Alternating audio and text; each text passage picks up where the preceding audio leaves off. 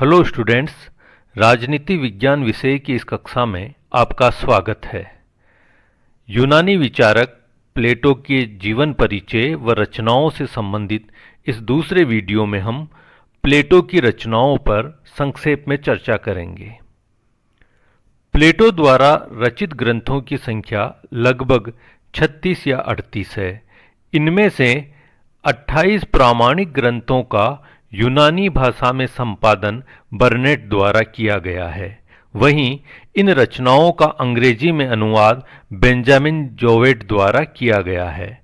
प्लेटो की रचनाओं की ठीक ठीक तारीख बताना तो संभव नहीं है, फिर भी अध्ययन की दृष्टि से उसके रचना काल को 4 भागों में विभाजित किया जाता है। सोक्रेटिक युग संबंधी रचनाएं, संक्रमणकालीन रचनाएं, प्रौढ़कालीन रचनाएं एवं वृद्धकालीन रचनाएं। प्लेटो के इस रचना काल के विभाजन के प्रमुख आधारों और रचना काल की दृष्टि से रचित किए गए विभिन्न ग्रंथों पर, उनकी विषय वस्तु पर हम संक्षेप में दृष्टिपात करेंगे। सोक्रेटिक युग संबंधी रचनाएं। सुकरात के संपर्क में आने से प्रारंभ होकर सुकरात की मृत्यु तथा प्लेटो के मेगरा पहुंचने तक की रचनाएं इसमें सम्मिलित है। इस काल की रचनाएं सुकरात से संबंधित है तथा उनके विषय व विचार सुकरात के विचारों को ही अभिव्यक्त करते हैं। इस काल की प्रमुख रचनाएं हिप्पियस minor, हिप्पियस major, apiology, Crito, चारमाइडिस, latches व प्रोटोगोरास है। इन पुस्तकों की विषय वस्तु पर अब हम संक्षेप में दृष्टिपात करेंगे। हिप्पियस माइनर सोपिस्टों के मतों के खंडन से संबंधित है। इसी प्रकार हिप्पियस मेजर सौंदर्य शास्त्र से संबंधित है और इसमें भी सोपिस्टों के मतों का खंडन किया गया है। इस काल की एक महत्वपूर्ण पुस्तक एपोलॉजी है, जिसमें सुकरात के मुकदमे का काल्पनिक व व्यंग्यात्मक वर्णन है। न्यायालय में सुकरात ने अपने बचाव में जो भाषण दिया, जो तर्क दिए हैं, उनका विस्तार से वर्णन इस पुस्तक में किया गया है। इसके अतिरिक्त इस पुस्तक से संबंधित एक महत्वपूर्ण तथ्य यह है कि महात्मा गांधी ने प्लेटो की इस पुस्तक का गुजराती भाषा में अनुवाद किया है। इसके पश्चात क्रीटो जो रचना है प्लेटो की, इसमें सुकरात को देशभक्त नागरिक सिद्ध किया गया है तथा राजनीतिक उत्तरदायित्व व अधिकारों के प्रश्न पर विस्तार से विचार किया गया है। चारमाइडिस। इस ग्रंथ में सुकराती कथन अपने आप को जानो का विस्तार से विवेचन कर आत्मज्ञान प्राप्त करने हेतु आत्मनियंत्रण की आवश्यकता का महत्व बताया गया है। लाचेस। इस ग्रंथ में वीरता की परिभाषा व अर्थ का विस्तार से विवेचन किया गया है। प्रोटोगोरस। सोपिस्ट प्रोटोगोरस तथा सुकरात के विचारों की तुलना कर धर्म की महिमा तथा उसकी शिक्षणीयता का गुणगान किया गया है। संक्रमणकालीन रचनाएं। इस काल की रचनाओं में प्लेटो के मौलिक विचार कुछ न कुछ स्वरूप ग्रहण करने लगते हैं, फिर भी उनका स्पष्ट रूप हमारे सामने नहीं आता। इस काल की प्रमुख रचनाएं हैं मीनो, लाइसिस, क्रेटिलस, गोर्गियास तथा द रिपब्लिक। मीनो। प्रोटोगोरस में प्रस्तुत गुण की शिक्षा का इसमें भी जोर दिया गया है। लाइसिस। इस रचना में प्लेटो ने मित्रता का वर्णन किया है, जिसकी आगे चलकर व्याख्या सिंपोजियम में की गई है। क्रेटिलस प्लेटो की भाषा संबंधी रचना है। गोर्गियास में अंतर आत्मा पर विश्वास करने में जोर देते हुए नैतिकता व मूल्यों पर विशेष बल दिया गया है। इस पुस्तक में पाइथागोरस द्वारा प्रतिपादित आत्मा की अमरता और उसके पुनर्जन्म संबंधी सिद्धांतों का प्लेटो द्वारा अनुमोदन किया गया है, तथा विवेक द्वारा निर्णय पर बल दिया गया है। द रिपब्लिक नैतिकता, दर्शन एवं राजनीति से संबंधित प्लेटो का यह प्रसिद्ध ग्रंथ है। इस ग्रंथ के बारे में विस्तार से विवेचना हम आगे करेंगे। प्रौढ़कालीन रचनाएं। इस काल में हम प्लेटो की उन रचनाओं को रख सकते हैं जिनका उद्देश्य प्रत्ययवाद यानी थ्योरी ऑफ आइडिया की स्थापना रहा है। यद्यपि प्रत्ययवाद का प्रथम परिचय उनकी पूर्व काल की पुस्तक गोर्गियास में ही हो जाता है। इस काल की प्रमुख रचनाएं हैं फीडो, सिंपोजियम, फिलेबस। फीडो अनुभव निरपेक्ष ज्ञान की सिद्धि हेतु इस ग्रंथ में प्लेटो के प्रत्ययवाद और आत्मा की अमरता के सिद्धांतों में समन्वय किया गया है। इस ग्रंथ में इंद्रिय जगत के प्रति उपेक्षा का भाव प्रदर्शित किया गया है। सिंपोजियम इरोस या प्रेम की अवधारणा की व्याख्या की गई है। प्लेटो के प्रत्यय सिद्धांत का प्रयोग सौंदर्य के क्षेत्र में करके यह सिद्ध किया गया है कि भौतिक सौंदर्य आत्मिक सौंदर्य की छाया मात्र है। फिलेबस नैतिकता एवं अच्छे जीवन से संबंधित विचारों का समावेश इस ग्रंथ में किया गया है। वृद्धकालीन रचनाएं। इस काल की रचनाओं में प्लेटो के कल्पना पर आधारित आदर्शवादी विचार क्रमशः व्यवहारिक रूप ग्रहण करने लग जाते हैं। इस काल की प्रमुख रचनाएं हैं पार्मेनाइडीज, थीटिटस, सोफिस्ट, स्टेट्समैन तथा लोज। पार्मेनाइडीज में सुकरात तथा पार्मेनाइडीज व जीनों के मध्य का शास्त्रार्थ है, जिसके माध्यम से प्लेटो अपने प्रत्यय सिद्धांत को पुष्ट करने का प्रयास करता है।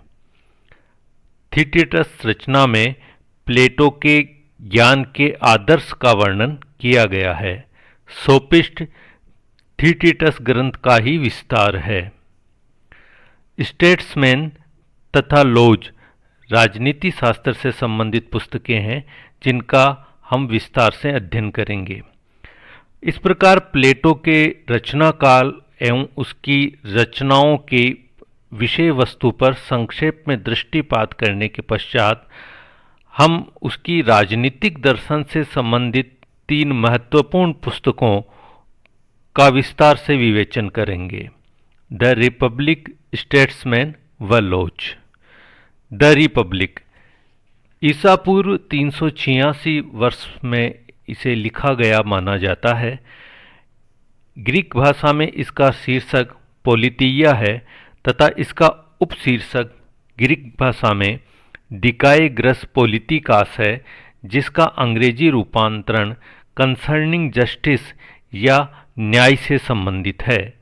यूनानी भाषा में लिखित इस पुस्तक की शैली संवाद शैली या वार्तालाप शैली है। रिपब्लिक के संवाद एक कमरे में चलते हैं, जिसमें सुकरात, शिफेलस, उसका पुत्र पोलीमार्कस, थ्रेसिमाक्स, ग्लूकोन व एंडीमेंट्स प्रमुख पात्रों के रूप में भाग लेते हैं। इस पुस्तक में सुकरात मुख्य प्रवक्ता है और दरअसल रिपब्लिक के पात्र सुकरात के संवादों के माध्यम से ही प्लेटो ने अपने सारे विचार प्रकट किए हैं। अतः यह कहा जाता है कि प्लेटो के रूप में सुकरात पुनर्जीवित हो गया। अर्नेस्ट बार्कर ने इस पुस्तक को 5 भागों में विभक्त किया है। इस पुस्तक में प्लेटो एक ऐसे क्रांतिकारी चिंतक के रूप में हमारे समक्ष उपस्थित होता है, जो समाज के प्रत्येक संबंध को उलट पुलट देना चाहता है। प्लेटो एक ऐसा आदर्श राज्य स्थापित करना चाहता है जो नगर राज्यों की तमाम बुराइयों से मुक्त हो। यद्यपि रिपब्लिक के विचारों को काल्पनिक माना जाता है, लेकिन ये विचार इतने मौलिक व क्रांतिकारी हैं कि प्रचलित समाज के प्रत्येक संबंध को परिवर्तित कर देना चाहते हैं। प्लेटो के यूटोपिया अर्थात आदर्श राज्य के निर्माण के लिए सद्गुणी व चरित्रवान व्यक्तियों की आवश्यकता है, क्योंकि उसका मानना है कि राज्य का निर्माण ओक वृक्षों व चट्टानों से नहीं बल्कि उसमें रहने वाले व्यक्तियों के चरित्र से होता है। अतः समाज से अज्ञानता, स्वार्थपरायणता, अशिक्षा, अन्याय व अनैतिकता की समाप्ति व एक न्यायपूर्ण राज्य की स्थापना करना ही प्लेटो का मुख्य उद्देश्य है। न्यायपूर्ण राज्य की स्थापना के क्रम में उसके समक्ष कुछ प्रश्न उपस्थित होते हैं, कुछ समस्याएं उपस्थित होती हैं, जिनमें प्रमुख हैं: न्याय क्या है, उसका अधिवास कहाँ है, आदर्श राज्य, तत्वज्ञानी राजा व आदर्श नागरिकों के क्या लक्षण हैं, वह कौन सा ज्ञान है जो किसी व्यक्ति को सद्गुणी बनाने के लिए आवश्यक है, नागरिकों में सद्गुण निर्माण, चारित्रिक व नैतिक विकास हेतु कौन सी शिक्षा प्रणाली अपनाई जानी चाहिए। ये सभी समस्याएं किसी एक विषय यानी राजनीति विज्ञान से संबंधित न होकर विभिन्न विषयों से संबंधित है, यथा नीति शास्त्र, राजनीति शास्त्र, आध्यात्म शास्त्र, शिक्षा शास्त्र। इसलिए रिपब्लिक एक राजनीतिक ग्रंथ ही नहीं है, बल्कि इसमें व्यक्ति व राज्य के संबंधों, परिवार, विवाह, संतानोत्पत्ति, शिक्षा, संपत्ति, धर्म, संगीत आदि विषयों की व्यापक विवेचना की गई है। कदाचित इसीलिए सेबाइन ने कहा है, यह किसी एक प्रकार का शोध प्रबंध नहीं है, न ही यह राजनीति या नीतिशास्त्र या अर्थशास्त्र या मनोविज्ञान से संबंधित है। यद्यपि इसमें यह सभी कुछ है और उससे अधिक भी कला, शिक्षा व दर्शन भी इससे बाहर नहीं है। वहीं दूसरी तरफ जीन जैक्स रूसो ने कहा है कि यह शिक्षा शास्त्र पर लिखा गया सर्वश्रेष्ठ ग्रंथ है।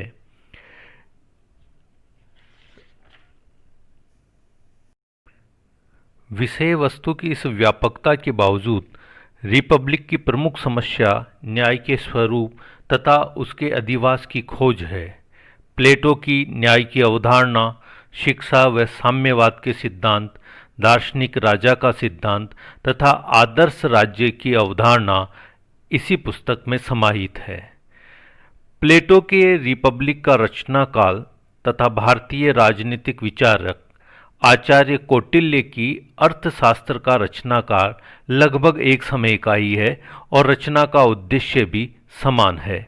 लेकिन कौटिल्य जहाँ सामाजिक व्यवस्था में यथास्थिति बनाए रखकर एक श्रेष्ठ राजनीतिक व्यवस्था की खोज में संलग्न है, वहीं दूसरी ओर प्लेटो राज्य की संपूर्ण सामाजिक व्यवस्था में परिवर्तन कर एक आदर्श राजनीतिक व्यवस्था को सिद्ध करना चाहता है।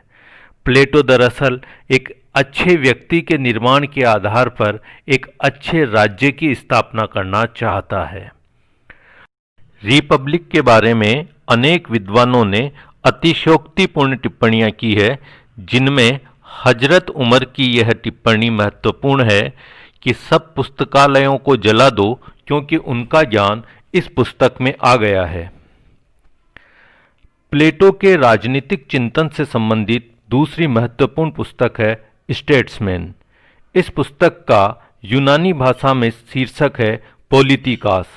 यह पुस्तक तर्कशास्त्र से संबंधित है और यह पुस्तक भी संवाद शैली या वार्तालाप शैली में लिखी गई है। इस पुस्तक के प्रमुख पात्र हैं सुकरात, थियोडोरस, युवा सोक्रेटिस व एक विदेशी पात्र। सिराक्यूज की असफलता, एथेंस में लोकतंत्र के पतन तथा आयु बढ़ने के साथ बढ़ती परिपक्वता के कारण प्लेटो विचारों की आदर्शवादी धारा से व्यवहारिक आदर्शवाद की ओर निकल पड़ता है। वह आदर्शवाद एवं व्यवहारिकता का समन्वय इस पुस्तक में करने का प्रयास करता है। इस पुस्तक में वह कानून के महत्व को स्वीकार कर लेता है, यद्यपि शासक को कानून से परे मानता है। इसी पुस्तक में प्लेटो ने अपने शासन का वर्गीकरण प्रस्तुत किया है। प्लेटो के राजनीतिक चिंतन से संबंधित तीसरा महत्वपूर्ण ग्रंथ है लोज। लोज का ग्रीक भाषा में शीर्षक है नोमोई। लोज प्लेटो का अंतिम तथा सबसे बड़ा ग्रंथ है। प्लेटो की मृत्यु के 1 वर्ष पश्चात इस ग्रंथ का प्रकाशन हुआ। यह ग्रंथ भी संवाद या वार्तालाप शैली में लिखा गया है। इस ग्रंथ के प्रमुख पात्र हैं क्रीटवासी क्लीनियास, स्पार्टावासी मेगिलस तथा एथेंसवासी विदेशी पात्र। इस ग्रंथ में आदर्श व व्यवहारिकता का समावेश करते हुए उप आदर्श राज्य की रूपरेखा तैयार करने का प्रयत्न किया गया है। इस ग्रंथ के कथानक में क्रीट नगर के निवासी पुराने नगर राज्य को पुनः बसाना चाहते हैं। अतः एक नए नगर राज्य के निर्माण के नियमों व एक नई राजनीतिक व्यवस्था हेतु उक्त पात्र संवाद करते हैं। प्लेटो ने अपने विचार इस ग्रंथ में एथेंसवासी एक विदेशी पात्र के मुंह से कहलवाए हैं। इस ग्रंथ में सुकरात एक पात्र के रूप में उपस्थित नहीं है। लोज को 12 भागों में विभाजित किया गया है। यह उसकी व्यवहारिकता पर आधारित ग्रंथ है, जिसमें उसके आदर्शवादी रचना रिपब्लिक के कुछ सिद्धांतों में खंडन किया गया है, कुछ में संशोधन किया गया है और कुछ को यथावत रख दिया गया है। प्लेटो इस ग्रंथ के माध्यम से आदर्श के निकटतम रहते हुए अपने आदर्श राज्य में व्यवहारिकता के गुणों का समावेश करना चाहता है। इस प्रक्रिया में वह दार्शनिक शासक के शासन को कानून के शासन में परिवर्तित कर देता है, न्याय सिद्धांत को आत्म संयम के सिद्धांत में परिवर्तित कर देता है और अपनी साम्यवादी योजना को सीमित व्यक्तिगत संपत्ति व पारिवारिक जीवन के साथ व्यवहारिक बना देता है। इसी प्रकार वह अपनी शिक्षा योजना में भी संशोधन कर देता है। अंत में प्लेटो का यह एक प्रसिद्ध कोटेशन कि यदि आप राजनीतिक मामलों में भाग नहीं लेते तो आप मूर्खों द्वारा शासित होने के लिए अभिशप्त हो जाएंगे। धन्यवाद।